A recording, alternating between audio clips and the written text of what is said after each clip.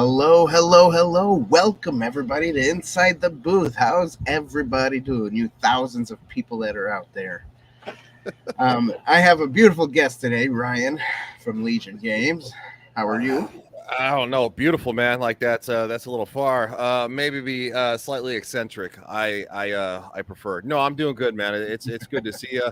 And we're talking more Lord of the Rings. Because obviously the Amazon show is still out there. That's right. And some people think it's awesome. So we gotta talk about who are these people? Who are these people? I have no idea. Can we fight? Can we search Twitter for this? We should. So tonight we are going to review The Two Towers, Lord of the Rings, The Two Towers. And tonight is also going to be, is our review going to entice you to want to watch this movie again? Or is it going to be like, oh, well, I'll just stick with the Rings of Power over there at Amazon. No. So here we go, everybody. This is going to be a good show. You guys are going to love it. You're going to, don't forget to, vanquish that like button. And, well, let me just hit this button here. That's what you want to do right there. Boom. Everybody, boom. And don't forget this one. Want to ring the bell? All right. Ding, ding. Ring that bell. Ding, everybody. Ding. That's it. Ding.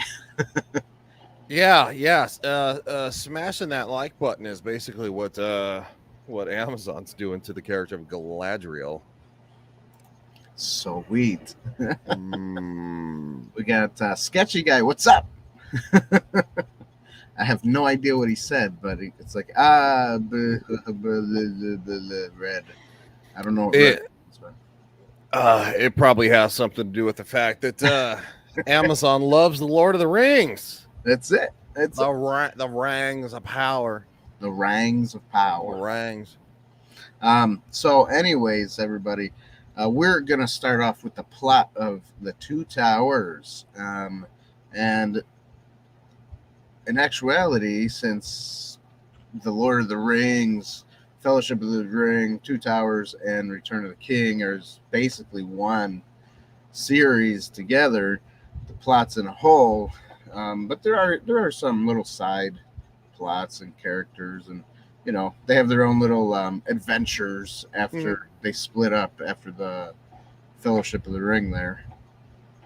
Obviously, with Fellowship of the Ring and stuff like that, they tried to come together to make basically a group of people who could not be, who had the best chance to survive. Yeah. It didn't work that way. Obviously the ring of the One Ring is Galaxy Garage. What's up?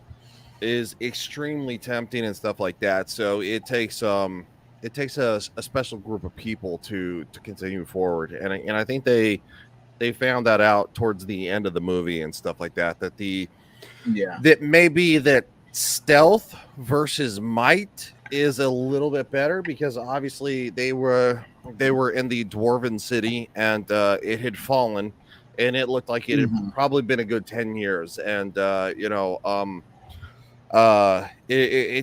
was something that Gimli's character, he didn't expect. He didn't expect that the Elven city to fall and stuff like that. He was very shocked by it. So by the end of it, after Gandalf, sacrificing himself, as we thought that he most likely did, going forward, it would be easier to be carried by Frodo alone, because there'd be less temptation. Right. Which is definitely a noble cause. However, at the same time, going forward, we know that is not 100% true. That Frodo did need help. and obviously Samwise went with him. Sam Went with him. So, and of course, Aragorn, Legolas, and Gimli all went looking for Pippin and Mary, and so Mary. they actually That's it. yeah, they went looking for them because obviously the halflings, as the Urukai called it, and Saruman said that they needed to be found. So and that's kind of where we pick up in the secondary movie, is that they are hunting for them, and Sam and Frodo are on their own. They're struggling, they're lost, and then they find Smeagol / Gollum. Yeah, they find Smeagol, who has been alive for 100 years. Obviously kept alive longer than he should have been, because he used to be a hobbit. And it's the same thing with Bilbo Baggins. He was celebrating his 111th birthday. And so even though Bilbo was not enveloped by the ring in the same way, it still made his life longer and stuff like that. Yeah. So it's a very intertwined story, and it's fun to see, because you got characters coming back. If you watch the Hobbit trilogy, or even the Hobbit from 1977, of course, Gollum is in it, and Bilbo is in it, and even the Hobbit trilogy. A lot of stuff going forward. It's great. I think it's the original iteration. And I think the Hobbit trilogy actually leads into it very well. And same with the Fellowship of the Ring. Great movie. Two Towers is by far my favorite. But I remember you saying that the other day. It's just a phenomenal trilogy of movies, without question. Yeah. So would you say I guess the plot for this one would be mostly Aragorn,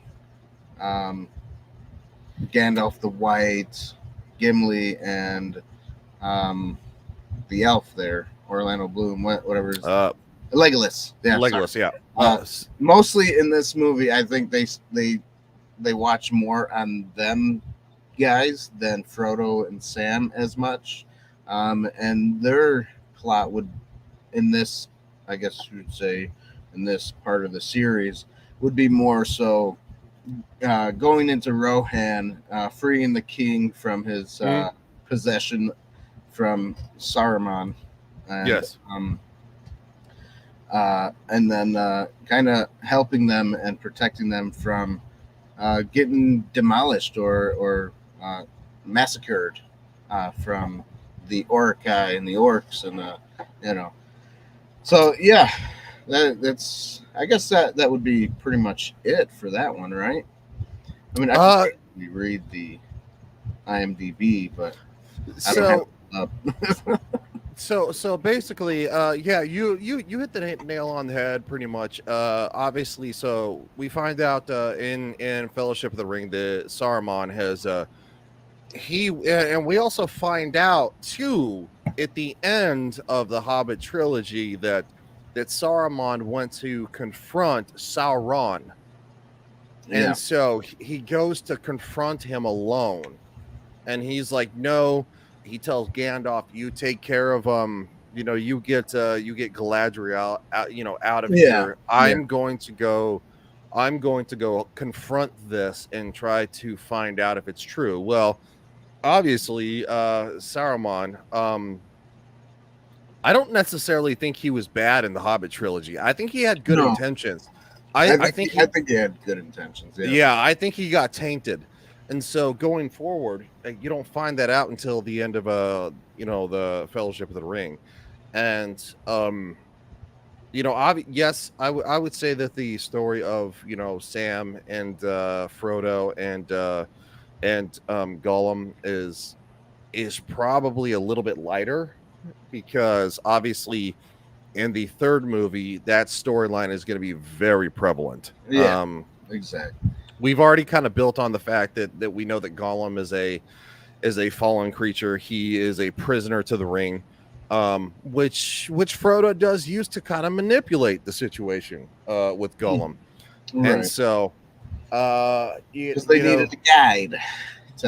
They needed a guide because obviously or around the Black Gate, whatever. The Black, yes. It was the Black Gate first. Then yeah, then Gollum was like, "There's another way around," and he's like, "What?" Yeah. That Gollum was tortured for basically the information of the ring. Yeah. So he is he is a victim, not just by the ring, but by Saruman and the orcs itself, to try to torture. Right. And they get the information out of Gollum of the Shire and Baggins, which refers to Bilbo Baggins, but not Frodo. Mm-hmm. Right. So going forward, it's an unlikely team up. It's a very uneasy alliance going forward. Obviously, Aragorn, Legolas, and Gimli they meet again with the elves, and Arwen is of course there. Because Aragorn and Arwen have this romantic entanglement, and she has given herself to Now I heard in the book she was supposed to be in that battle that they fought at the end of the movie. Of Rohan. Yeah, and apparently Peter Jackson took that out for I don't know, for reasons. I don't really remember what it was. But it's been a while since I watched all the behind the scenes and stuff. I don't know the reason why it was taken out. If I had to guess, I would say it's because of the fact that Arwen she embodies a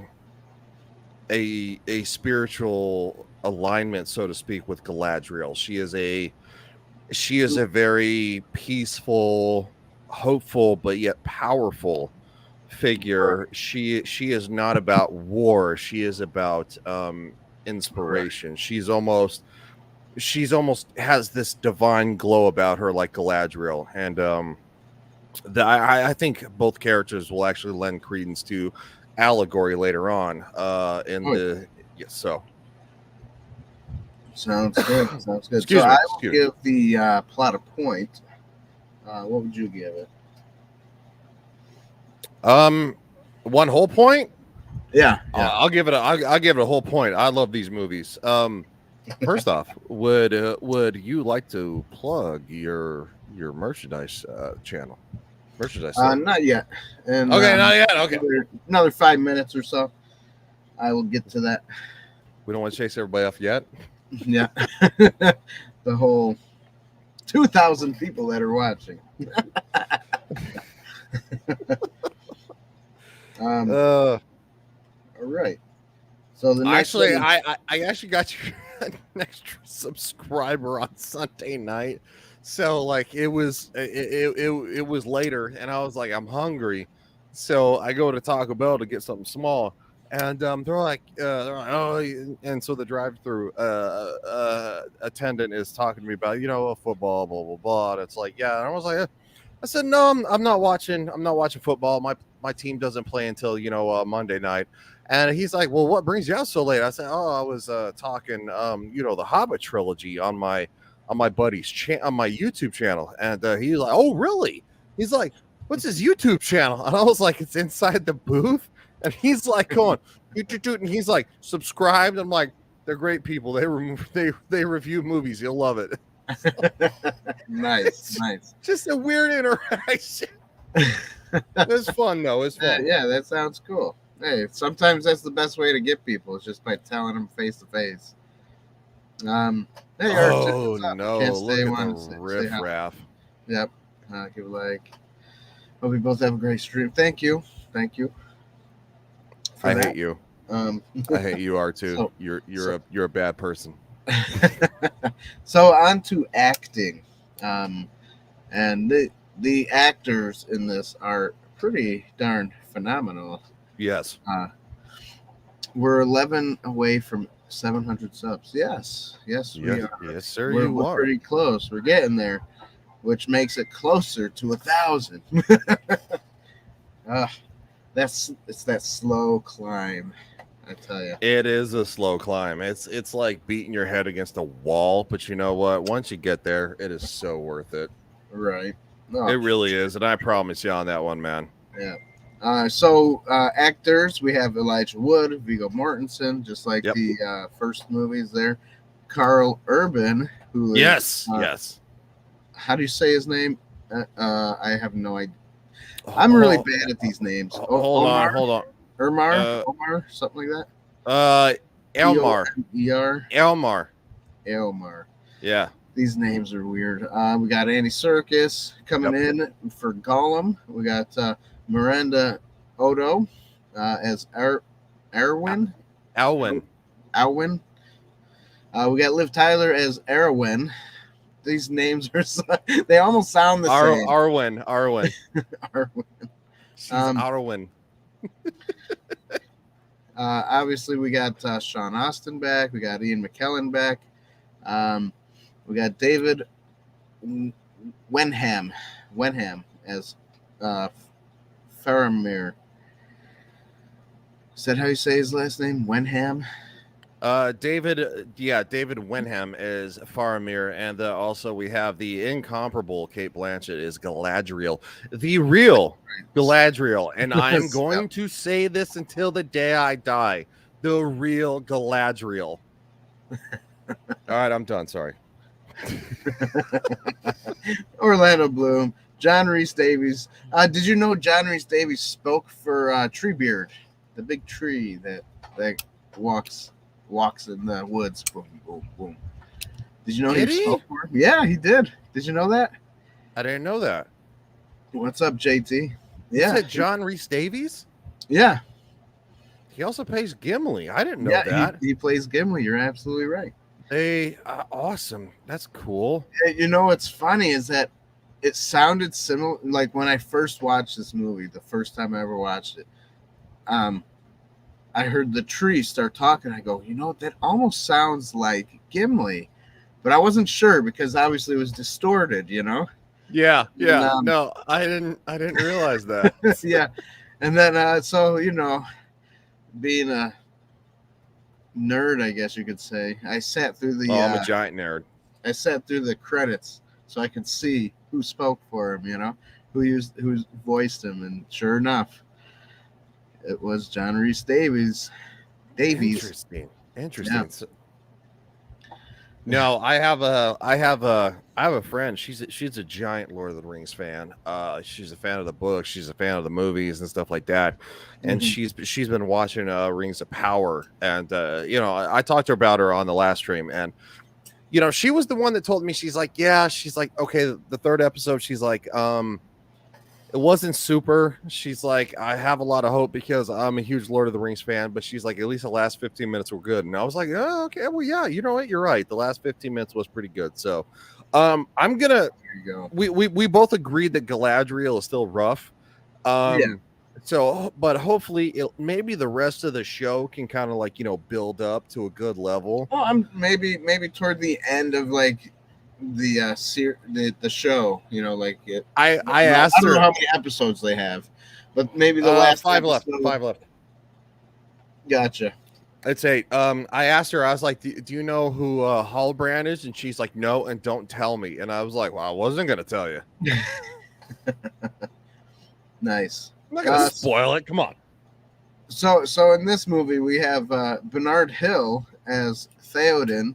He comes in this movie. He plays a good Theoden. I believe that. And then obviously we got Dominic Monaghan. We got Billy Boyd as Merry and Pippin. Yep. Sean Bean is back as Boromir in a flashback scene. Which is fun. You can't slice Sean Bean for anything. He is probably one of the best actors in the history of the world. Right. And then Hugo Weaving, obviously. Yep. Elrond, he's back. No, he's not just back. He's been there. Better than ever? That's right. Better than ever. So we got all these cool, awesome characters and actors in this movie. We got some that are coming back from the first one, and we have new ones for the second one. And I think they all did a wonderful job. Even Elijah Wood, his face expressions in this movie, I think, were way better than the first movie. I would agree. I would agree. He definitely got a lot better, more comfortable, I think.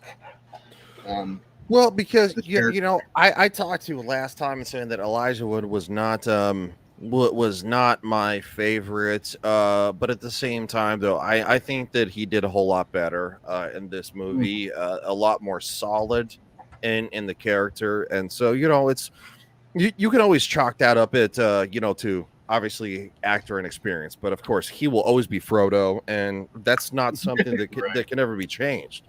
Right. And I mean, these movies are iconic. Mark Hamill's always Luke Skywalker, you know. Just don't look at his Twitter. Yeah, just don't look at his Twitter. Yeah, he's not Luke Skywalker. Whitey's Wicked Workshop says, "Hey guys, hey buddy, what's going on, man?" Up, Dave, Whitey. It does great. He's always doing fun. He does great work in his workshop, man. I've seen the Star Wars props he's done on Facebook. So I think the Galaxy Garage also does great work in his workshop. I don't think I've seen the Galaxy Garage. No, I'll have to look into that. Yeah, look him out. Look him up. I'm still slightly suspended on Facebook, even though the only thing I really do is like post videos and live streams, but every once in a while I have an opinion and they don't like it. So it's another story. It's kind of like Twitter. That's another story. Right.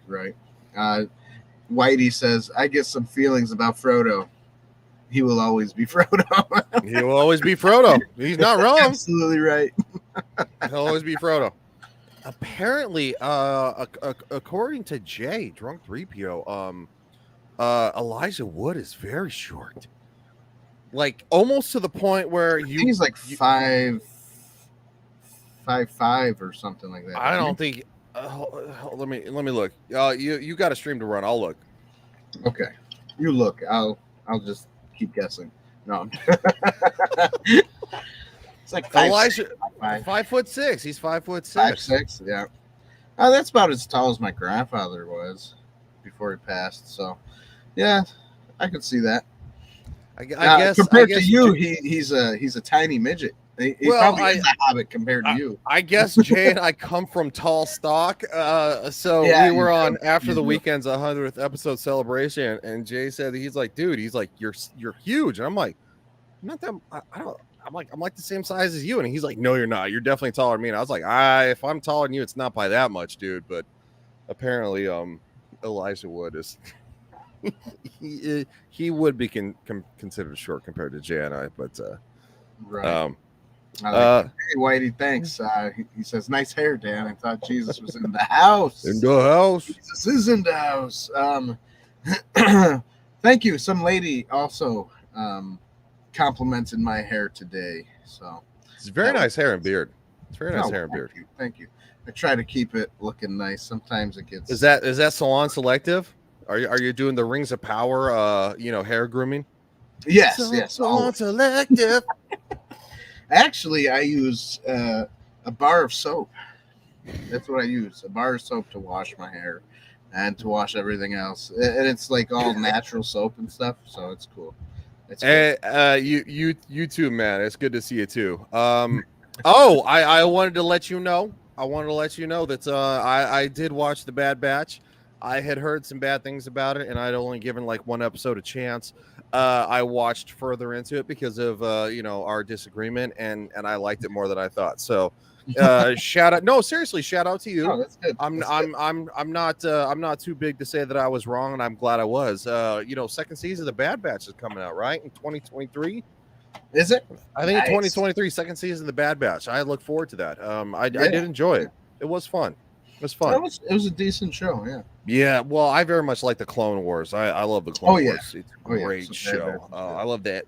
Yes, my mission is complete. Well, I salute you, sir, on your mission. Very, very nice. Very nice.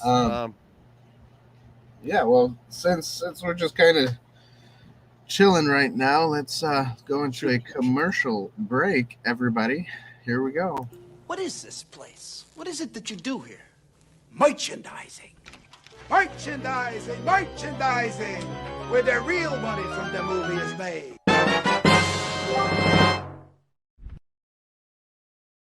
Oh, it's beautiful. And it is beautiful. You guys can check out the website, www.insidetheboothtv.com/shop. Get yourself something fun. We got lots of stuff over there. I need an inside the booth hat.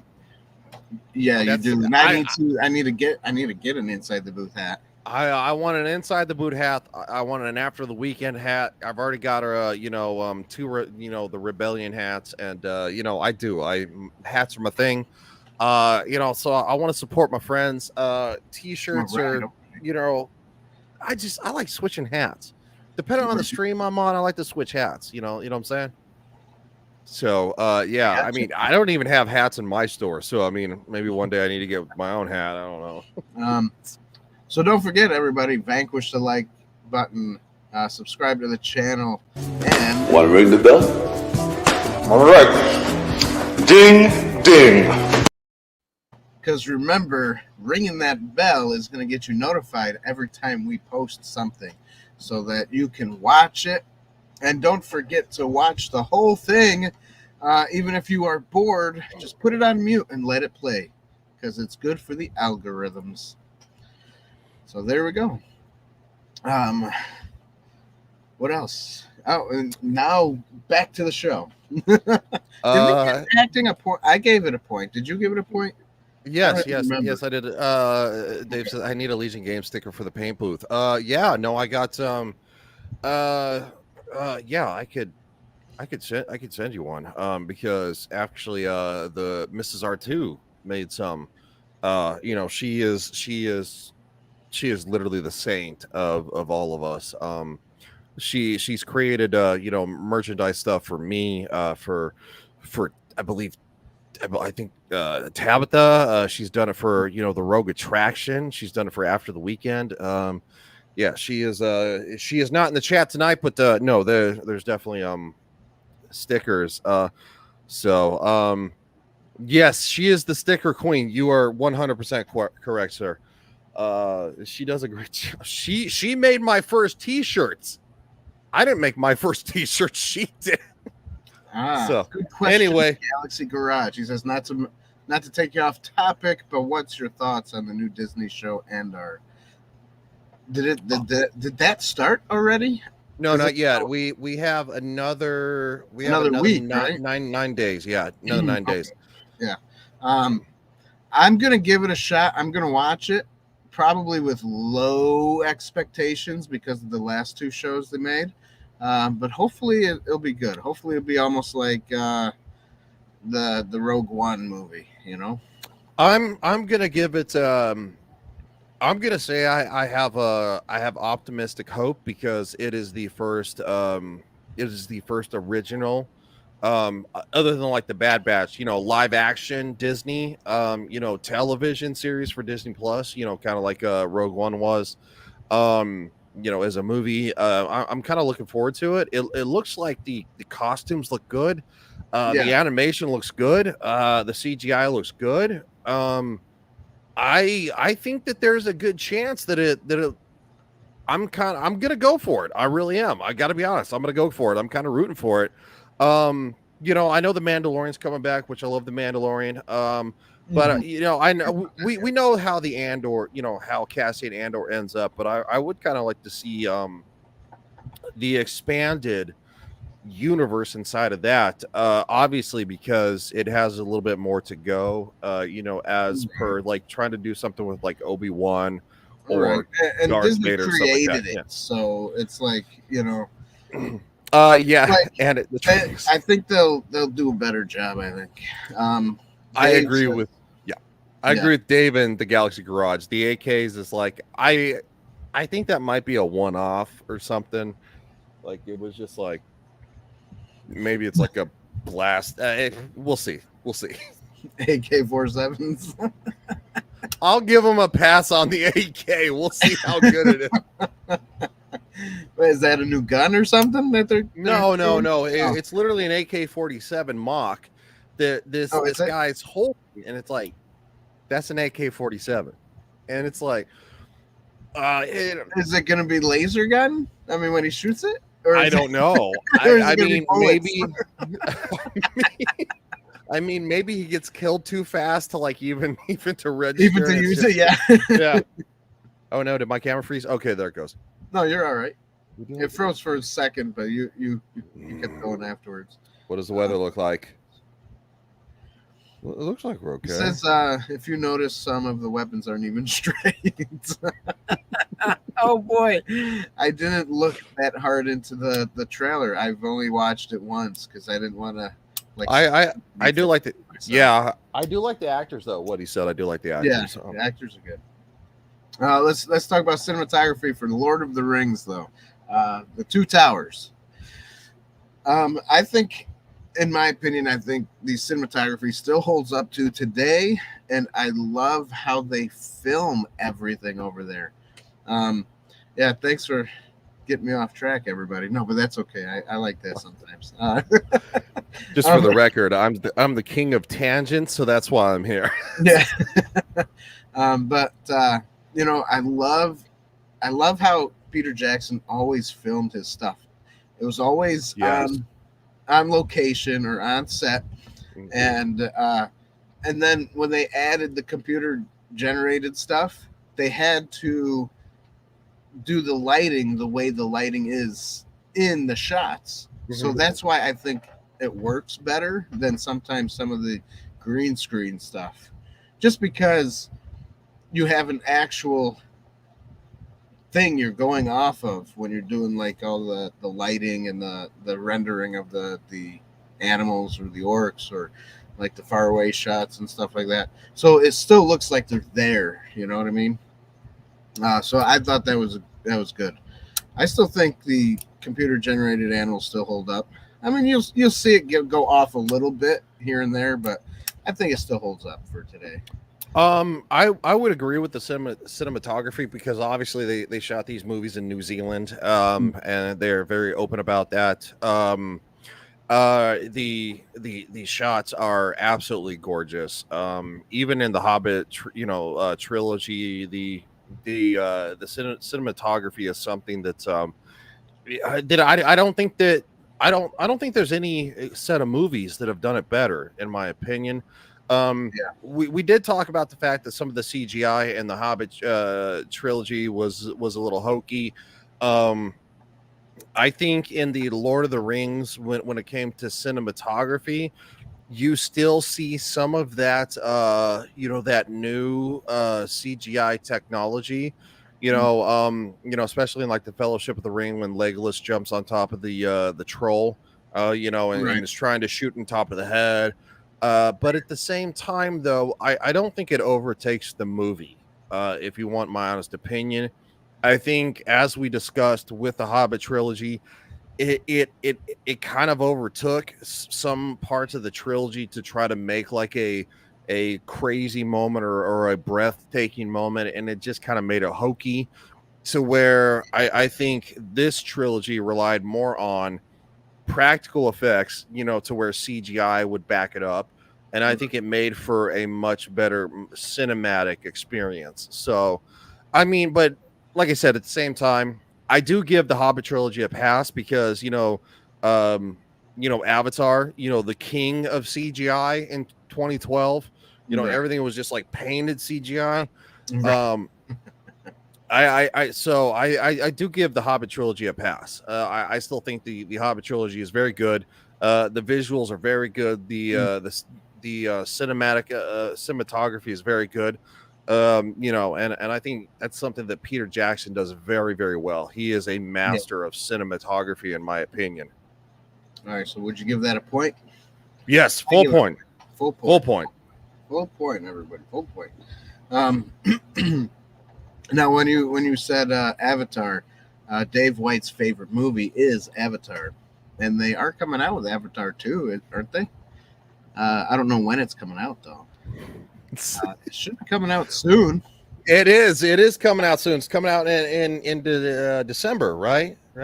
I think so. I don't know. But I do know. Look, I like the Avatar movie when I saw it. It was kind of the king of 3D and the king of CGI and stuff like that. I think it was next world when it came out. It really was. It took the world by storm because everybody's like, because I mean, there was like a movie before it was like Spy Kids 3D or something like that. It was like the first one. Spy Kids 3D. Yeah, it was like Spy Kids 3D was the first 3D movie. Then of course, like Avatar was like the big production that took 3D to the next level. I saw Avatar in 3D. With my parents. I saw it in 3D with my parents.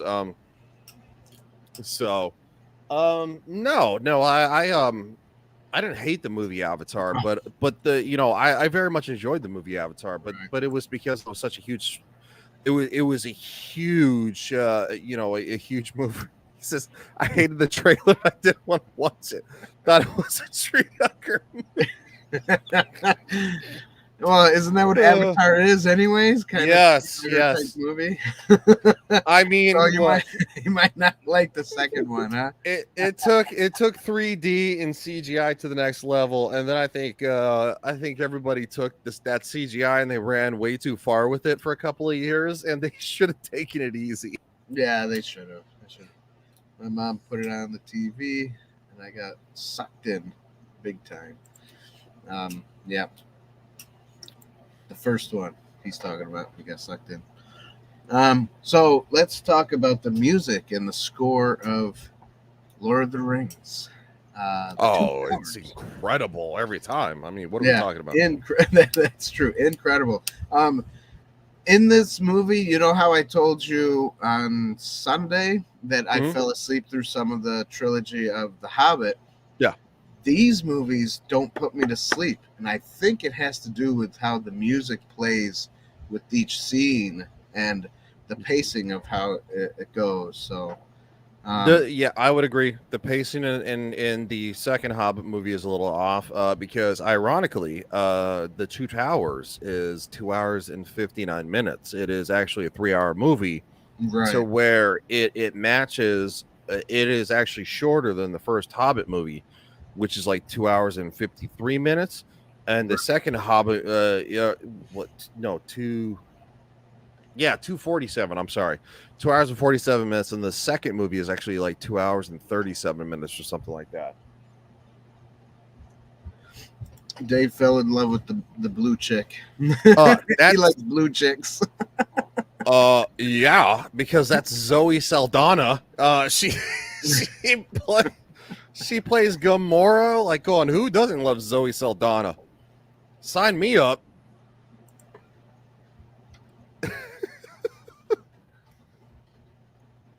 The Galaxy Garage. Isn't that chick like 16 feet tall? Yeah, she's probably like 16 feet tall. Yeah. I don't know if it's 16. I guess in retrospect, because doesn't she like stands? She sees him in his wheelchair at some point or something like that without like the Avatar body.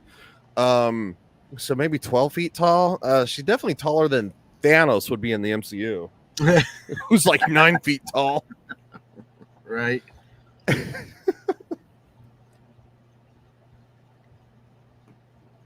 Oh boy.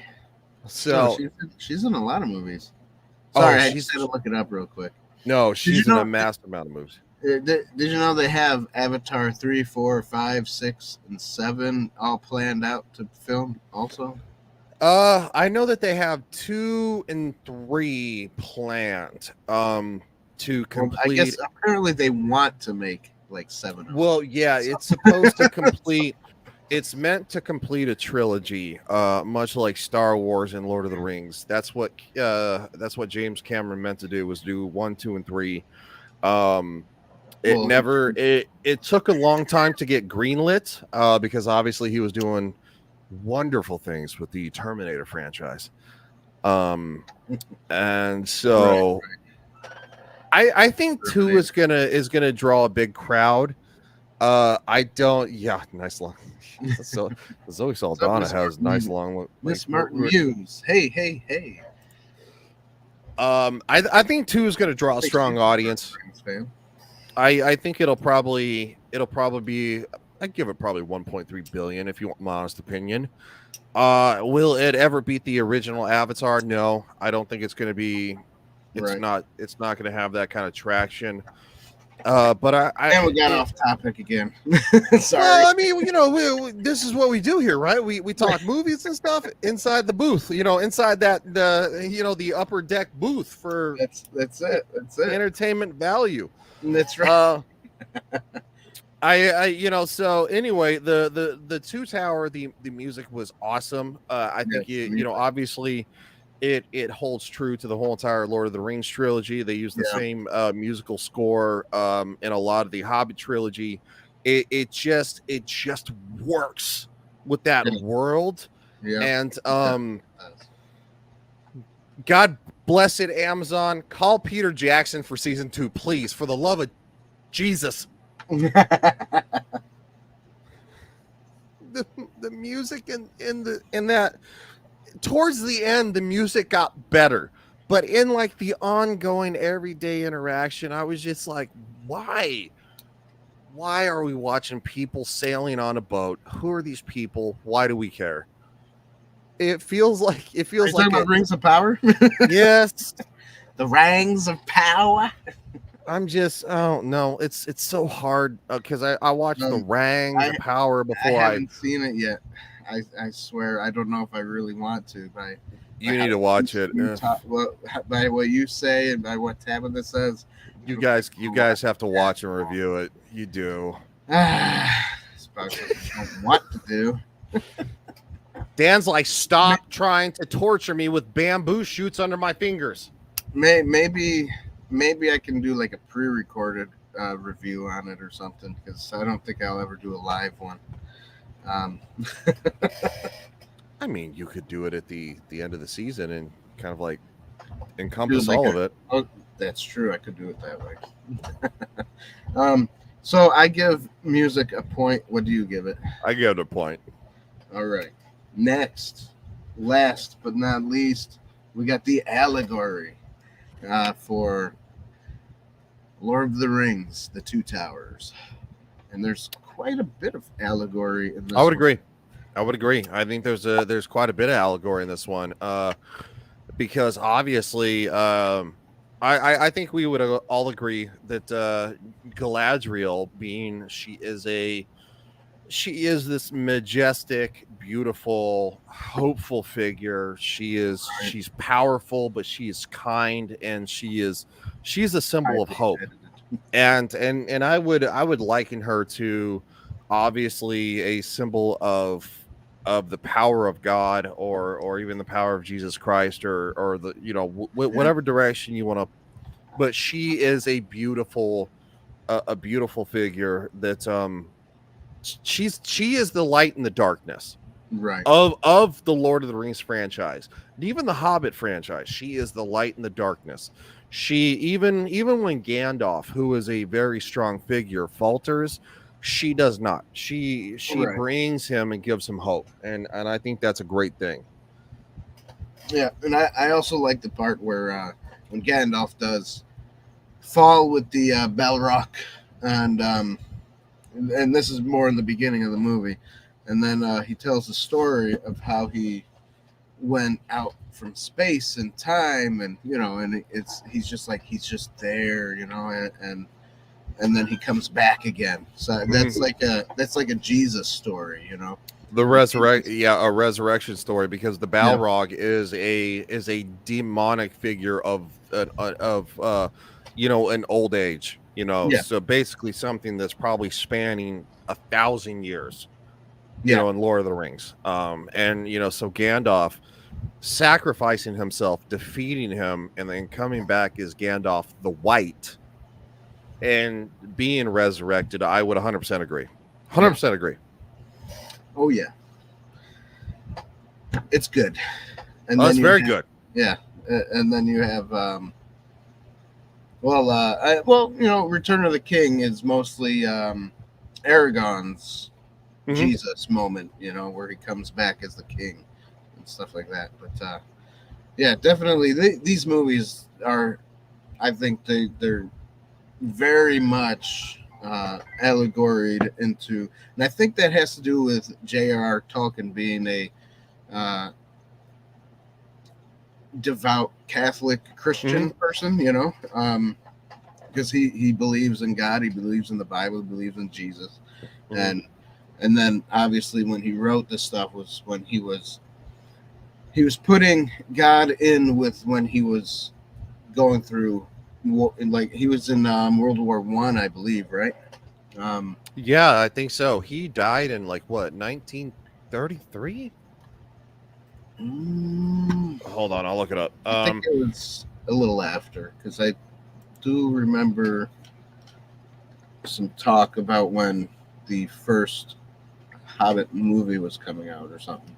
Okay, maybe it was in the 1940s. No, 1971. I'm way off. Oh, I'm sorry. 1951, yep. I thought he was actually born pre 1900. I was incorrect about that. Yes, okay. Well, he kind of was 1892, so that is pre 1900. Still, you know. Oh yeah, no, 1890. Wow, he lived a long time. Yeah. Sorry, I saw his date of death, but and it had next to it when he was married. That was 1916. So yeah, 1892 to 1973. Yeah. Wow, that man had a heck of a life. Holy cow. Yeah, so he saw a lot of stuff, and a lot of people want to try to attribute, their own nonsense to J.R.R. Tolkien and the stories that he wrote, but ultimately they came from, obviously they came from a English background. He had this subset of ideas in his head. European. Yeah, very much a European background. Obviously they even address it too, and with Gollum Smeagol. He is of the river folk, who the river folk are actually their early forms of hobbits that had leeway for different let's say different ethnicities in them. So of course, what's kind of funny about Rangs of Power is that they have the Harfoots. They're basically a rip off of the river folk, is what it is, because because Amazon doesn't have the rights to that. But anyway, so weird how they don't have the rights to some of these things, and yet they still made something called, Lord of the Rings, kinda, like. Well, because they have the rights through the appendices, so technically they do have legal rights to the Lord of the Rings name and certain characters. But like, you have in the Rangs of Power, you have Gandalf, who is not to be named, even though clearly he's Gandalf. Right. Okay. You have Galadriel, who is in the appendices, she is named so they can use her as Galadriel, but she's not Galadriel. She's a hateful and arrogant and spiteful Maybe character. This was before she became nice and kind and not as it was previously written, but maybe I mean, I was just throwing it out there. No, because trust me, it's crossed my mind, dude. But anyway, it's just Tolkien wrote these stories because he wanted to portray morals. That Lord of the Rings is like Star Wars. You want to see more content, you just don't want them to invest. Yeah. Exactly. Star Wars hurt my heart. Yeah, well, it's mostly Disney, right? Because Disney took it over. Yeah, the MCU is hurting my heart too. There is only one saga. It's the Infinity Saga. That's it. Well, look at it. After that, it's done. Yeah. Funny. So Tolkien tried to reiterate these moral stories and try to put morality and even allegory into it to inspire to inspire readers to be better, to realize that we all struggle with things, we all struggle within ourselves, and we all have external struggles that keep us down. But ultimately, at the end of the day, it's about the not just like the human spirit, but like the spirit within to overcome for the greater good of not just yourself, but for everybody you care about, for the whole entire, your village, your country, it's like it's a message, it's a story of hope, Yeah. because hope and love is the best things that humans do. Yeah. And Tolkien knew that, and that's why he wrote these things like it is, because not only does it pit the ultimate evil against the ultimate good, to where it looks like evil is destined to win no matter what, but the thing is that it doesn't. Yeah. And so that is the ultimate story, is to persevere no matter what.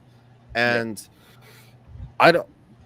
you don't have writers now in today's world that can, I would say in today's modern world, you'd have to go back to like the 1990s or like the early 2000s, like the last 20 years. Writers can barely do this. This is a lost art.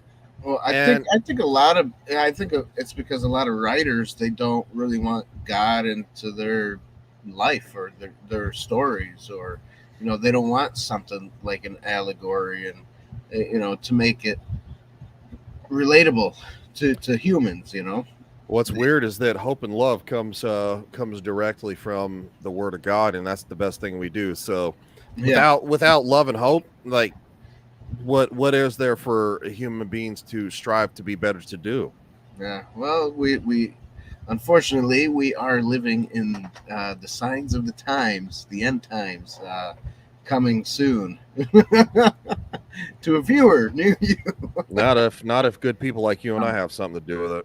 Well, that's true. That's for sure. And in my opinion, this is why I do the YouTube thing, because I don't. They may just be stories, and it's like, you get these people like, why do you care? And it's like, I care because you're ruining a story that has hope in it. You're ruining a story that has a message to it for people to be better, not just for themselves, but for everybody else around them. And you're destroying them for selfish acts of, just like Galadriel in the Rings of Power. She is a spiteful, hateful person. She has not shown a single act. Ooh, that's pretty. Go to war, guys. That's gorgeous, man. Very nice. Thank you. This sword, back in 2004, I think I bought it, and it was only $20 at the time. Really, which would be like today's $40 or something, right? Next time I go to a con, I need to pick up a sword. I know that I think was it Ashton? I think it was Ashton. She picked up no. It was Anna, that Star Wars girl. She picked up a she picked up a sword for like $20 because it had like a slight blemish on it. Yeah, normally be like 150. Right. And the lady was like going, well, I can't sell it to you. And she's like, because it has a blemish on it. She's like, I'll buy it. How much? And she's like, I don't know. And the lady was like, $20. And she's like, done. Yeah. That's where I used to get all my swords. So I would get all the ones that were kind of dinged up and, not perfect and stuff like that. That's why they were always cheap, Yeah. So that's just a little information for those out there who want to buy swords and don't want to buy expensive ones. Yeah, I wouldn't mind expanding and having a sword collection as well as a firearm collection. I'm not opposed. That's it. Not saying I'm going to cleave anybody in half, but obviously I have nerd memorabilia on my walls, so it's like, why not? That's it. There you go. I don't mind having an AK-47, to be honest. I've shot it a couple of times in my life. They're loud, but they're pretty good. They're pretty good rifles, let me tell you. Mm-hmm. And unless you get an old, well, I mean, it was the old Soviet style is a solid weapon. It's very much cheap to produce and stuff like that. And that's why, obviously, you'll see Russia still uses them. You see them in Iraq and Afghanistan and Iran. Shot an elephant gun. Have you ever shot an elephant gun before? I have not shot an elephant gun, but I have shot almost a 50. took my shoulder out of socket. I have shot a 50 caliber. So that is that'll rocket you. That'll rocket you a little bit. You got to lay down and kind of, but the good old days, in the military. But anything else you want to add, man? I think I kind of said everything. So I think that's it. Did we give Allegory a point? I know I did. I would give Allegory a full entire. I mean, I think I give every category a full point because it's so good. So here at Inside the Booth tonight, we gave Lord of the Rings: The Two Towers 10 points out of 10. So this is an excellent movie. Whoever has never seen this movie yet, you better go watch it, man. Watch them all back to back. I would 1000% recommend start with The Hobbit and then go through the Hobbit trilogy, go into Lord of the Rings, the Fellowship, Two Towers, end with it, and stop there. Don't go any farther. That's right. Not until this coming Sunday when we review Return of the King. Well, I mean, and then you can go to. You're just preparing for Sunday. So if you watch all 6 movies before Sunday, then you'll be ready to discuss it on Sunday. That's it. And if you guys want to discuss it here in the chat section, go watch Return of the King for Sunday, and then we will also be talking about that. Yeah, I'm on a Lord of the Rings kick, man. Asking me to review the Hobbit trilogy, I was like, I'm like super hyped. I've been on, seriously, I've been on a Peter Jackson kick with all the movies. So they're just so good. They're such great stories. And one thing I always watched when I was younger was the behind the scenes as well, all the extra features and stuff like that. Because I bought the extended versions, always the behind the scenes. I think I liked the behind the scenes more sometimes. Yeah, because I wanted to get into film and movies myself. Yeah, I have the Blu-ray trilogy, and it's got a lot of special features on it. I need to get I need to get it for the Hobbit series. So yeah, you should. I got it. I got them all. Also, the 1977, The Hobbit, great watch still to this day. I have not rewatched that one yet. Do it. I will watch it. It is beloved for my childhood. It's how I got introduced to the Hobbit. Cartoon, right? Yeah, it's a cartoon. It's how I got introduced to the Hobbit. I read the book because of the movie. And then of course when Lord of the Rings came out, I was very much enthralled with that. Yeah, it's build ideas. Yeah. It's garage. Build me a Lord of the Rings something or other. That'd be fun. I'd put it behind me. I gotta clean up my little area here. It's pretty cluttered. Well, what you would say is you need to expand. I bet too. I could. That's what collectors say. We need to expand. I need to expand my little area so that I can set everything up. Then I'll have different backdrops for different things that I do. Yeah, if you walk into my living room, it's like Nerdvana, and then of course it's going down the hallway. Like, I need a big office. When eventually when I buy a house, I'm gonna get a big office and throw everything in there. So, you remember the PlayStation 2 game of Lord of the Rings, The Two Tower? Yeah. I just ordered it tonight. Did you?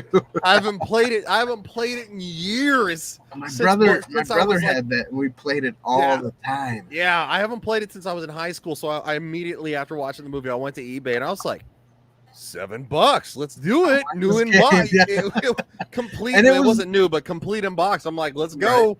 Right. And it was just like the movie, really. Yes. Definitely just like the movie. It was fun to play. The Battle of Rohan, it flows so awesome. Like it's I love it. I can't wait to play it. You have stirred up old loves that I'm spending money on, because there's even like a Return of the King game in 2003. Yeah, There's so many Lord of the Rings games. I know it. Very fun.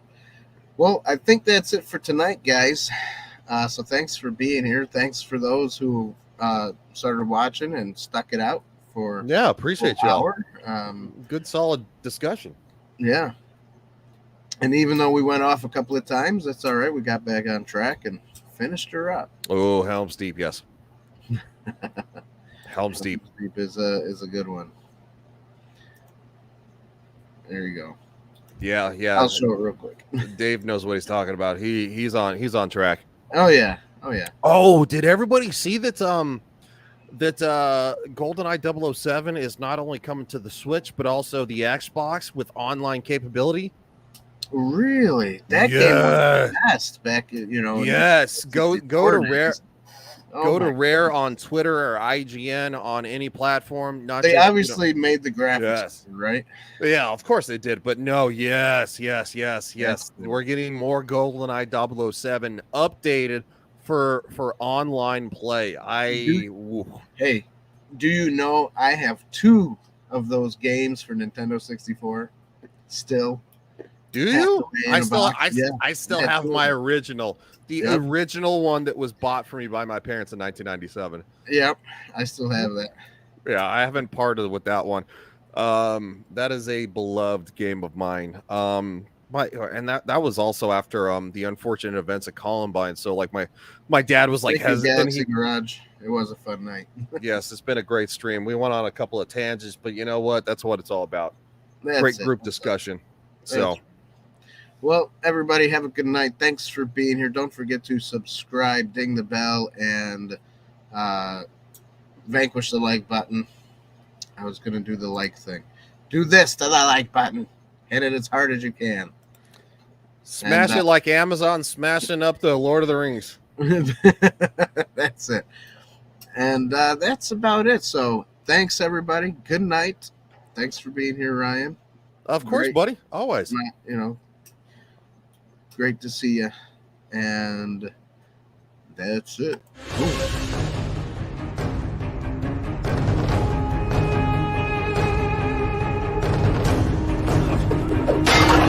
Are you not entertained?